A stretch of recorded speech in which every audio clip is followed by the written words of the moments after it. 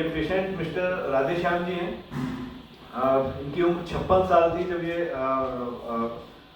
और इनको बैकग्राउंड में कोई भी और बड़ी मेडिकल हिस्ट्री नहीं थी। इनको केवल ब्लड प्रेशर की दिक्कत थी, उसके लिए वो गोलियां खाते थे और उसमें उनका ब्लड प्रेशर बिल्कुल अच्छी तरह से नियंत्रित था। जिस दिन ये हमारे हॉस्पिटल में भर्ती हुए उसी दिन सुबह 4:30 बजे जब ये उठे तो इनका लेफ्ट हाथ और पैर बिल्कुल काम नहीं कर रहा था और थोड़ी देर बाद में वो थोड़ा थोड़ा चलने लग गया था हाथ पैर। तो घर वालों को ये समझ में आ गया था कि कोई ना कोई लकवे जैसी कोई शिकायत हुई है। तो इन्होंने वहाँ लोकल हॉस्पिटल में जाके वहाँ पर प्राइमरी ट्रीटमेंट कुछ देखा। उसके बाद में इनको सीधा उन्होंने यहाँ से निम्बाहेड़ा से सीधा ये पारस हॉस्पिटल की तरफ आए। यहाँ पर ये 9:30 बजे पहुँच गए थे। तो हमने जैसे इनका एग्जामिन किया और ये किया तो पता चला कि इनको लकवे की शिकायत हुई है। अब लकवे में जैसे दो तरह से लकवा हो जाता है, कई बार नस फटने से लकवा हो जाता है, कई बार ब्रेन की धमनी के बंद होने से लकवा हो जाता है। तो इनका एमआरआई किया गया और एमआरआई के अंदर में हमको पता चला कि इनका लेफ्ट राइट वाला जो ब्रेन है उसमें एक बड़ा क्लोट बन गया है और वो बनने की और अग्रसर और ज्यादा बढ़ने की ओर अग्रसर है। और उसमें फिर हमने निर्णय लिया क्योंकि 4:30 बजे हुआ है और 9:30 बजे पेशेंट आ गया, मतलब पेशेंट को 5 घंटे हो चुके हैं।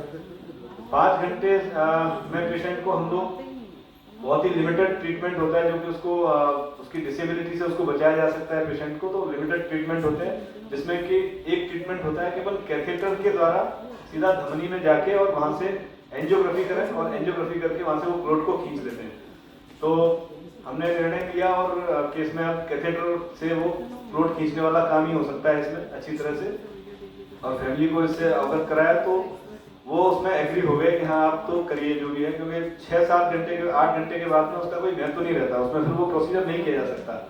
तो फिर डॉक्टर तरुण माथुर को कॉल किया और वो हॉस्पिटल में ही थे और फिर उन्होंने आगे जाके एंजियोग्राफी किया और एंजियोग्राफी के बाद में उनको पता लगाया कि एक बड़ी धमनी जो राइट साइड के ब्रेन को पूरे को सप्लाई कर रही थी वो पूरी की पूरी बंद है।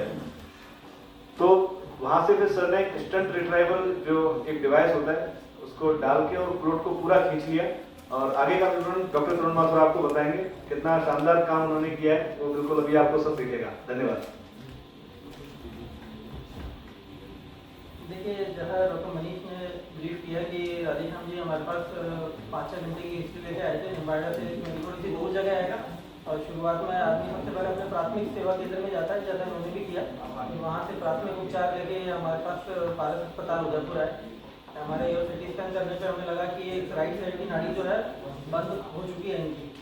तो अब ऐसी स्थिति में जब 5-6 घंटे निकल चुके होते हैं तो कुछ लिमिटेड ऑप्शन ही रहते हैं, जिसमें एक ये प्रोसीजर होता है जिसको हम मेडिकल भाषा में मैकेनिकल थ्रोम्बेक्टमी बोलते हैं, यानी तार और स्टेंट के द्वारा क्लॉट को निकालने की प्रक्रिया। तो हमने इनके पति से, वाइफ से और घर वालों से डिस्कस किया। उनको बताया कि भाई अभी भी कुछ ऐसा उपचार उपलब्ध है जिसके द्वारा अपांगता को बचाया जा सकता है और आगे जो मस्तिष्क को क्षति हो सकती है, डैमेज हो सकता है, उसको रोका जा सकता है।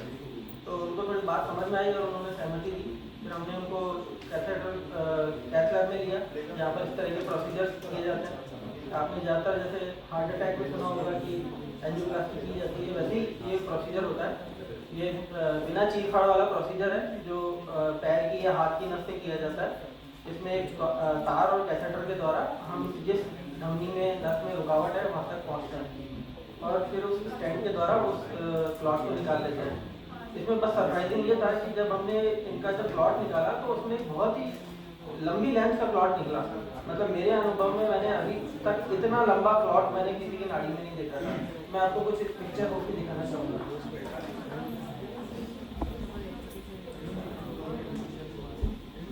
अगर आप देख रहे हो तो इतना लंबा क्लॉट इनकी नाड़ी में से निकला था।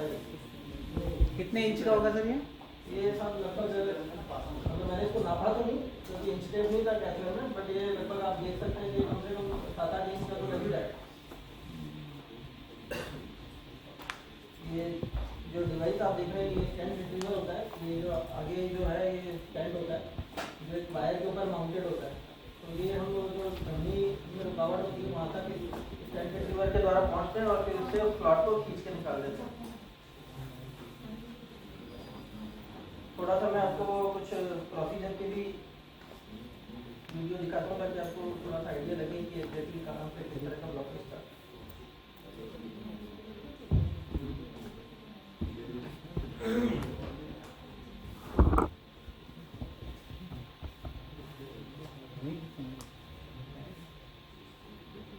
तो नाड़ी अगर आप देख रहे हो तो ये पूरी बंद हो गई थी। ये गर्दन के मुख्य नाड़ी होती यहाँ पर ये पूरी कट ऑफ थी। इतना एरिया जो है ब्रेन का सप्लाई नहीं हो रहा था, ब्लड नहीं मिल रहा था, ऑक्सीजन नहीं मिल रहा। तो अगर ये अगर नहीं खोला जाता 5 घंटे के बाद भी तो इसमें और फर्दर डैमेज होने की परमानेंट अपंगता बनने की संभावना थी। तो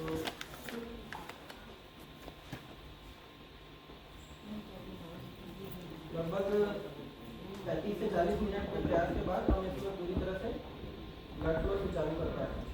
तो कहने का पर्पज यही है कि आमतौर पे ये भ्रांति रहती है कि अगर किसी को जो हम आईवी थ्रोम्बोलिसिस के गोल्डन आवर्स कहते हैं 4.5 घंटे अगर उसमें इलाज नहीं मिल पाए तो उसको परमानेंट रूप से अपंगता का शिकार हो जाएगा या उसे कोई इलाज के ऑप्शन नहीं है। लेकिन ये जो प्रक्रिया है ये आजकल जो मेडिकल रिसर्च है वो कहती है कि 24 घंटे तक की जा सकती है। लेकिन इसके लिए न्यूरो फिजिशियन को ये पता होना चाहिए, अगर उसको लगता है कि भाई हाँ एमआरआई या सीटी स्कैन में ऐसा लग रहा है कि इसको खोलने से फायदा होगा, अगर डैमेज ज़्यादा हो चुका है, काफ़ी एरिया डैमेज हो चुका है तो फिर ये प्रक्रिया करने का फायदा नहीं है। तो ये जिनके वेंटिलेटर पर कुछ टाइम के लिए रखा हुआ था वो सब निकाल दिया और उसके अगले दिन तो ये इनको मूवमेंट भी कराना चालू कर दिया था और अभी अपना जो टॉयलेट वगैरह के लिए स्वयं खुद ही जा रहे हैं अपने आप अनसपोर्टेड। ये यहाँ पर एक ब्लॉकेज था, यहाँ पर एक पूरा क्लॉट जमा हुआ था, वो पूरा हमें डिवाइस से निकाला। तो उसके बाद थोड़ा इम्प्रूवमेंट भी आने लगा, ये डिस्चार्ज का ही प्लान है। तो इससे ये है कि अगर ये प्रोसीजर अगर इसमें नहीं किया जाता, अगर बंद नाड़ी को नहीं खोलते तो इतना बड़ा एरिया जो है वो डैमेज हो सकता था और फिर क्या है उसमें परमानेंट अपंगता और फिर बेडरिडन स्टेट रहना और कॉम्प्लिकेशन जो होते हैं उन सब की संभावना ज़्यादा है। तो लकवे का इलाज जो है 5-6 घंटे के बाद भी हो सकता है अगर कुछ ऐसे ऑप्शन उसको मिलते हैं। तो ये एक इलाज का एक नवीन तरीका है जिससे इस तरह के पेशेंट्स को फ़ायदा पहुँच सकता है। लेकिन इसके लिए उसको ये पता होना चाहिए कि ये फैसिलिटी कहाँ अवेलेबल है, क्योंकि इस तरह का जो प्रोसीजर है ये कैथ लैब में किया जाता है। तो सारे हॉस्पिटल कैथ लैब से इक्विप्ड नहीं होते हैं और इसको करने के लिए जो आपको स्किल्स चाहिए वो भी अवेलेबल होनी चाहिए। जितना जल्दी पहुंचते हैं उतना जल्दी हॉस्पिटल आते हैं, उतना जल्दी हम लोग उसमें मोर अपन जो ट्रीटमेंट ऑप्शन है वो ऑफर कर पाते हैं। मान लीजिए पेशेंट हमारे पास 4.5 घंटे के अंदर आ जाते तो एक इंजेक्शन आता है जिसको हम थ्रोम्बोलिटिक एजेंट बोलते हैं, वो डायरेक्ट कैनुला के थ्रू बाहर की नाड़ी से देकर और क्लोट को घोला जा सकता है। लेकिन 4.5 बजे के बाद में 4.5 घंटे के बाद में उस प्रोसीजर को करना, उस इंजेक्शन को देना हानिकारक हो सकता है। उससे नस फटने की संभावना, ब्लीडिंग होने की संभावना बहुत ज़्यादा हो जाती है। तो उसके बाद में जो ऑप्शन बचता है वो है ये स्टेंट रिट्राइवल डिवाइस से उस कैथेटर से जाके और उस क्लोट को बाहर खींच लेना। और ये 24 घंटे तक भी किया जा सकता है, ट्रायल्स में प्रूव हो चुका है। पर जितना जल्दी उतना बेहतर। सामान्यतः 8 घंटे के अंदर अंदर अगर ये हो जाता है तो उसमें बहुत अच्छे रिजल्ट्स आने की संभावना 50-60% तक भी हो जाती है। जैसे अटैक आया तो उसके बाद ही पता चलेगा। अभी अभी हम तो नॉर्मल हैं, हमको क्या मालूम क्या अंदर कुछ चल रहा है। जैसे अटैक आया और हमको पता चला कि अब 4.5 घंटे के अंदर करना है, लेकिन वो ऐसा तो नहीं कि अभी का भी बना है और अभी का भी हो, तो कई सालों से हो रहा होगा या कब से हो रहा होगा। तो 4.5 घंटे का क्राइटेरिया क्या अंदर वाले इस चीज़ के लिए क्या क्राइटेरिया है कि 4.5 घंटे ये एक्टिव हुआ उसके बाद में 4.5? ये तो पहले से ही था ना? नहीं था, अभी ये पहले से नहीं। लकवा जो है अचानक से होने वाली बीमारी है। अच्छा, सडन, इसका नाम ही स्ट्रोक इसलिए ये इतना ये जो 8-10 इंच का ये बना है एक ही एट ए टाइम बना? बिल्कुल अचानक से ही बना होगा या कहीं है ना मुख्य नाड़ी में रहा होगा, वहाँ से निकल के ये ब्रेन के अंदर चला गया। तो डॉक्टर इसका साहब बता ये रहे हैं इनको क्या बीमारी कोज तो- क्या है? ऐसा बीमारी तो कुछ थी नहीं इनको ब्लड प्रेशर की बीमारी थी। बीपी था, वो भी कह रहे नियंत्रित था। हाँ, लेकिन देखिए कई बार है ना क्या है, ब्लड प्रेशर थोड़ा भी फ्लक्चुएट करता है तो वो आर्टरीज को थोड़ा थोड़ा डैमेज करता रहता है ना। फिर क्या है, ओल्ड एज भी एक रिस्क फैक्टर है। इसके अलावा भी कई रिस्क फैक्टर्स होते हैं, बट हमने इनकी अभी तक जो जांचें की है उसमें ओल्ड एज और हाइपरटेंशन ये 2 ही रिस्क फैक्टर्स निकल के आए हैं।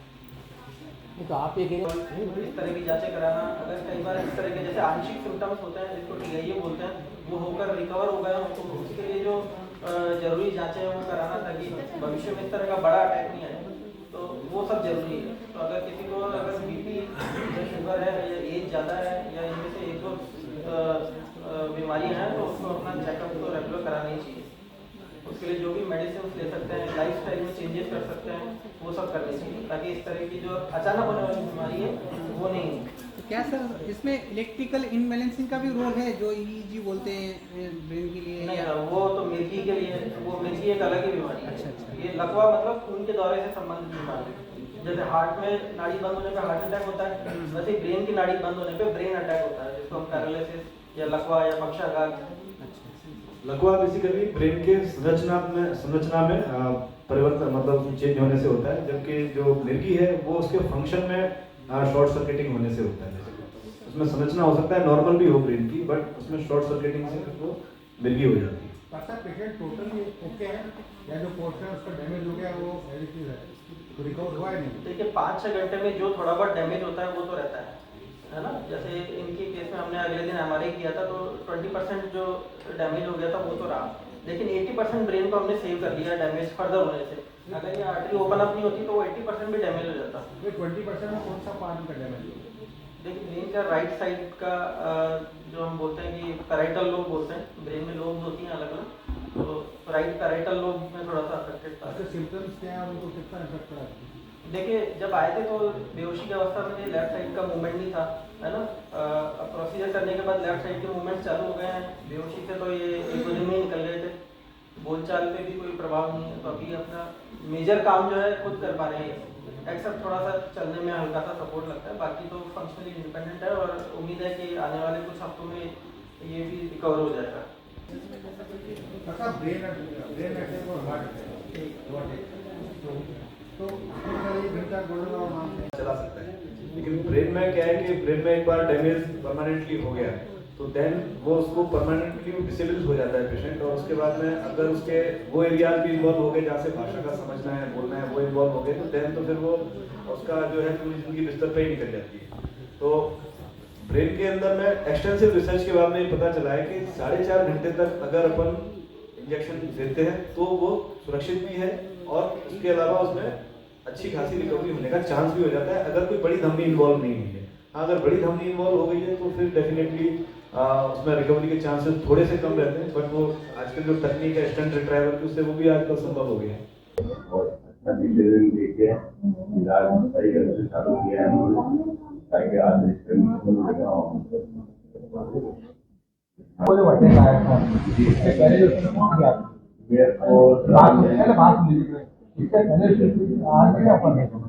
काफी फर्क है। पहले ऐसा हो गया? नहीं ठीक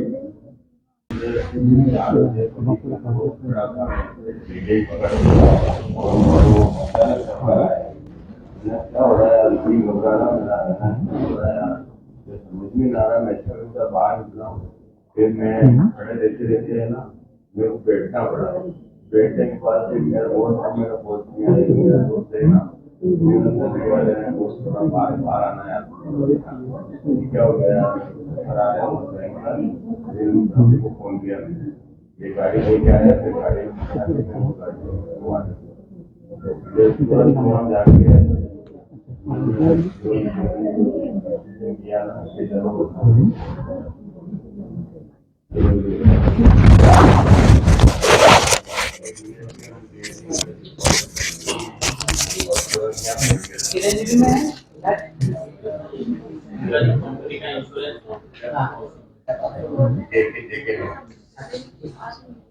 जगदीश ये अभी कुछ हफ्ते पहले हमारे पास आए थे, पहले किसी और हॉस्पिटल में थे। इनको जैसे आपने भी पूछा था कि हेडेक कैसा होगा, तो इनको भी वैसे ही हेडेक हुआ था, है ना, लाइफ का वर्स्ट हेडेक। तो बाहर इनकी कुछ CT स्कैन और MRI वगैरह जांच हुई थी, वहाँ पर मालूम पड़ा कि इनको ब्रेन हेमरेज हुआ। एक प्रकार का ब्रेन हेमरेज होता है जिसको सबअरेक्नोइड हेमरेज बोलते हैं। सबअरेक्नोइड का मतलब है कि मस्तिष्क की झिल्लियों के बीच में हेमरेज।